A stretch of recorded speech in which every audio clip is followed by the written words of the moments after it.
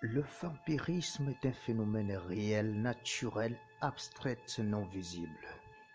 C'est une croyance selon laquelle les morts sortent provisoirement dans leur tombeau pour aller sucer le sang des êtres vivants.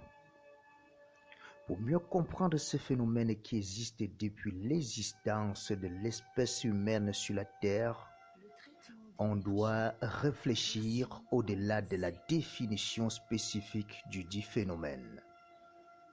Le vampirisme est bel et bien un phénomène, mais aussi un processus au cours duquel un être humain se transforme en une particule vivante non visible pour entrer dans un corps humain dans l'objectif de faire du bien ou du mal.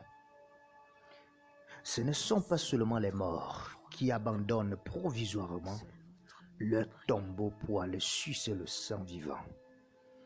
Les êtres humains vivants pratiquent bien le vampirisme nuit et jour. Qui peut être vampire dans la vie? Le vampire est un être humain comme toute personne, à la seule différence est qu'il a des sens doubles qu'une personne normale. Au niveau de la vue, certains vampires ont plus de 4 yeux. Ils ont d'abord les yeux ordinaires pour voir comme toute personne et plusieurs yeux secrets leur permettant à voir ce qu'on est très incapable de voir à l'œil nu, même souvent à travers un microscope.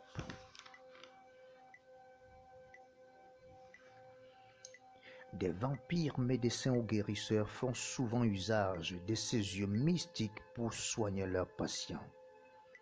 Ces yeux mystiques ont la capacité de voir exactement où est le mal dans le corps d'un patient, et c'est aussi avec ces yeux qu'ils peuvent couper une partie intérieure du corps d'un être humain pour lui ôter la vie. On se demande comment les vampires parviennent à s'exprimer ou à se communiquer quand ils se retrouvent en pleine nuit dans leur confrérie mystique. On devrait comprendre qu'ils subissent d'abord une transformation abstraite avant de se retrouver, dont chacun est couché chez soi en train de dormir et entre-temps son image est ailleurs en train de travailler. Dans leur confrérie, ils communiquent toujours comme les humains.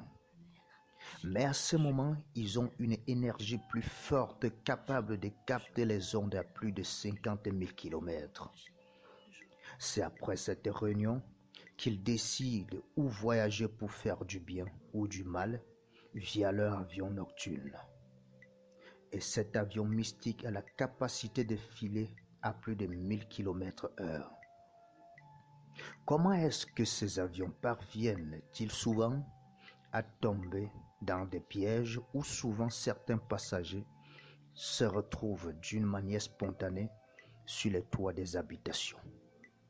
La réponse à cette question sera dans la deuxième partie de notre documentaire « Phénomène du vampirisme dans le monde ».